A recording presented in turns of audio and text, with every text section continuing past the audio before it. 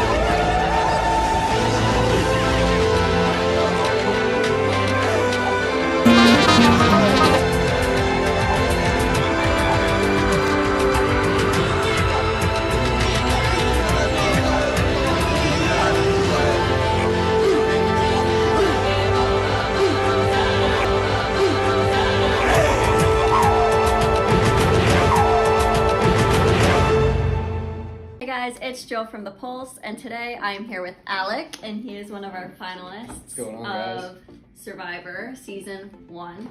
So Alek, congratulations. Thank you very much.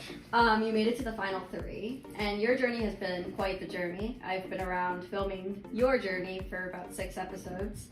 So Claire brought you to the final 3 with her. Would you have preferred to battle it out, or do you feel like you kind of asserted your own dominance throughout the weeks that you deserved to be there? Yeah, I mean, that's a good question. I feel like her bringing me to the final 3 was, a huge play. I definitely didn't want to do that 40-question puzzle that you get, for the final 3 spot. But I think, she, I was a big part in all 3 of us getting there. So, I really wasn't too worried that she wasn't going to pick me for that final 3 spot. I definitely did not want to battle it out, though. So if you had won the first challenge instead of Claire, who would you have taken with you to the top 3? Would it have been Claire, or would it have been someone else? Yeah, so I was thinking about it for the week that we had, in between challenges, and I was talking to Claire a lot, via Snapchat, and Jake also was texting me a couple times. And Jake told me, he said, I will take you to the final 3 100%. He said that 3 times. He said 100% 3 times. I didn't believe that at all. I was like, he just said it 3 times. I even told him I wasn't sure who I was going to pick, because I was unsure at the time, and I was trying to be honest. And I said, maybe I'll pick Claire. And he was like, whatever you want to do, buddy, but I'm picking you. I'm taking you 100%. And I was like, yeah, I didn't really like that. So I told Claire about that. And then I think my final choice probably would have been Claire. So you chose to be the runner for the first challenge, and you kept a pretty good pace. You guys were ahead of the girls by a lot with all of the numbers correct, and they had some mishaps with the numbers. Do you feel you would have had better success being the decoder in that first challenge, or after you saw it, you're just kind of like, yeah, we were effed either way? Yeah, I mean, I think, obviously having a different set of eyes back there to decode would have helped. I think how they had it set up back there, it kind of looked like it was 1 number and then 2 numbers. And Jake, earlier in the challenge, when we were getting the numbers, he told me, it's only up to 26. Could that have any correlation? And I tried to go with it, and we were trying to figure it out. But no, I definitely think the way we had it was the right way. I don't think, I would have done too much better than Jake, because it seemed obviously Claire had it down. Yeah, I mean, I was happy with my role. What do you think was the toughest question the jury asked you during the finale? Honestly, when Kate asked me what she thought my biggest move was, because it seemed like everybody was trying to make big moves. Everyone wanted to be noticed with how they played. And I feel like my strategy kind of was the opposite. I kind of just survived. You know, I had my alliance, and I made sure the majority's on my side, and made sure I made it to the next week. So when she asked me that, you know, I kind of was like, damn, if I don't have a good answer for this, like, it's not going to look good. Yeah. Thankfully, you know, I brought up the fact that it is surviving. You have to just survive. You don't have to, you know, make a big play. So I think I answered the question well, but that was definitely the hardest one. Yeah, that was definitely the sketchiest night of everything. We merged into one big group, and I knew that the other members, they didn't like me very much. So, yeah, I mean, I just stuck with Claire, Jake, you know, all those other guys, and thankfully we had enough. I think, you know, maybe a couple of those were swayed our way as well, but that definitely helped out because I was stressed out seeing my name on the paper. And I actually remember in the games room, I kept coming up to you and being like, Alek, what are you looking for? And you're like, nothing.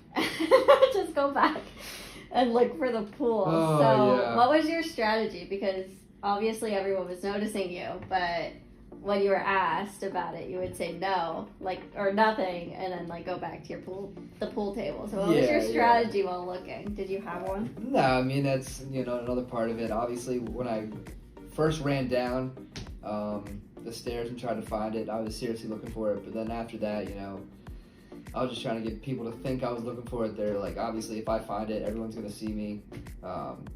So obviously it wasn't a good strategy to be looking for it, but I wasn't, you know, looking too serious. I was just passing the time, trying to run around. You didn't get a vote casted against you since episode 5 that night, and that is pretty impressive since there were over 10 tribal councils since that episode. Why did you feel you became less of a target since that night?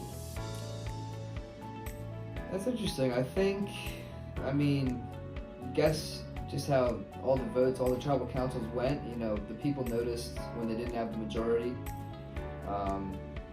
And I guess they noticed I was in that majority and they couldn't sway the people that I was with. So they guess they didn't try. You know, they went for other people. So in episode 6, at the pool, you were on the hunt for the flamingos to catch them all, and even diving into the water several times for stuff at the bottom of the pool. Tell us about your strategy with the search for the hidden idols and advantages that night. Yeah, I definitely remember GK's text, something about flamingo, so I was already on the lookout for a flamingo, and right when I got into the pool, I saw one up on the second deck, and I ran up and grabbed it, and then I looked around and I saw a bunch of other ones, and I figured, you know, the flamingo text, it's got to be something with these flamingos. Unfortunately, it wasn't. I gathered like 10 of those papers. I didn't, you know, none of it ever mattered. I was just making a fool of myself. But then in the pool, I remember there was like a floaty flamingo, and I found that, and that had a clue telling us there was something on the bottom of the floor that we had to, of the pool that we had to get. So that definitely helped out. And then the one time there was just a kettlebell down there for the challenge after, and I went down and grabbed it and, you know, weighed everybody down. But yeah, not too much strategy, just kind of observing and, you know, noticing anything that looks out of place. Now, never in a million years did I ever think I'd find myself voting positively for you. But through the jury and through my questions and through other people's questions, you never once felt the need to butter anyone up. And I felt like that was very honest and very straightforward on your part. My question regarding, like, do you feel the need to own up to it? You did. You did own up to it, and you did say, like, this is a part of who I am. And I have a great respect for that. I know some people are going to be mad at me for voting when they really, really did not like you. But in the end, it's my vote. And I think this is the way that it should be. What are your thoughts on what she said about you? I mean, I agree with her, you know. They were questioning me about my heckling and my trash talking everybody, and you know, I didn't shy away from it. I didn't act like it wasn't me. It was all me. You know, it was mostly my idea. But that's how I've played most games in my life. That's how I live my life. You know, to have fun and joke around, and none of it's ever serious. But it definitely, when I got back to my room that night, thinking about how maybe other people, if I were to act a little nicer, then maybe people would have, you know, thought differently about me and maybe got a couple more votes. So, yeah, it's interesting, but I don't regret the way I played the game at all. So in episode 9, we were back up at the rack. You clobbered the competition at the rock wall, but ultimately slipped at the very top in the final match against Jake. Let's set the record straight. Was it intentional to throw that challenge, or did you honestly slip? Yeah, so to set the record straight, right before that challenge happened, me and Jake were talking about, maybe me throwing it for him. Maybe I could, try to win the next challenge. And it was definitely a thought in my head, but, once I got over the rock wall, I hate to lose. I'm a competitor, and I try to beat him as quickly as possible. Unfortunately, that was my flaw. I wasn't watching where my foot was at, and I slipped, and he beat me. So it was kind of like a little... You did slip, but there's also kind of that agreement that Jake had in his head, like, oh, he definitely tanked that for me. Yeah, right after that challenge, he went up to me and he was convinced that I choked it for him. And he even revealed that he had an idol right there because he thought I slipped so bad. And he said, if you slip for me, then I have something for you. Meaning the idol he'd play it for me if I didn't win the next challenge. And yeah, it definitely, I hate to lose that because that was, my best challenge by far the whole season. But yeah, I slipped.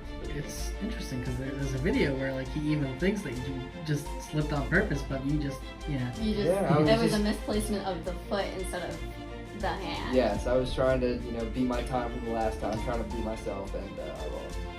Yeah, because Jacob referred to you as the chipmunk of the season in the Spirit Animals video because you're always scurrying around and hoarding all the snacks.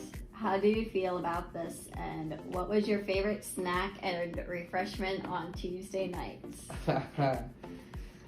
Well, definitely, I don't like being called a chipmunk. I'm pretty sure Claire got a rough one too. I think the other two, Kate and Jake, got some better animals, but as far as a favorite snack, I really like the Hug, barrels.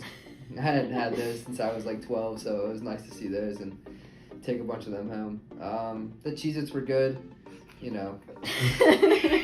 Rating snacks 1 to 10. Gummy bears were good, they had a bunch of different stuff. It was just nice to fill up on some snacks. I think at one point you took a whole box of animal crackers with you. I did, yeah. I'm still eating snacks in my room, for sure. And the bowl, the tribal council, where Yep. you were snoozing. You were snoozing at tribal council too. Did anybody take any snacks from you from that bowl, by the way, during the tribal at the pool? No, they never take snacks. They ask first. No, I did. People should want me on their tribe this year because I'm going to make sure that everybody in my tribe gets as far as they possibly can in the game and succeeds. And one of my life mottos is, it's never over until it's over. Do you think that still applies to your life? Of course, yeah. I mean, that's a big thing in sports. It's never over until it's over. Always stay in it 100%. And yeah, I definitely feel like that's what I did this game, and it's what I will continue to do for the rest of my life. Yeah, you wanna go play some baseball, brah? That sounds like a good time to me, brah. Then that was Alek's exit interview.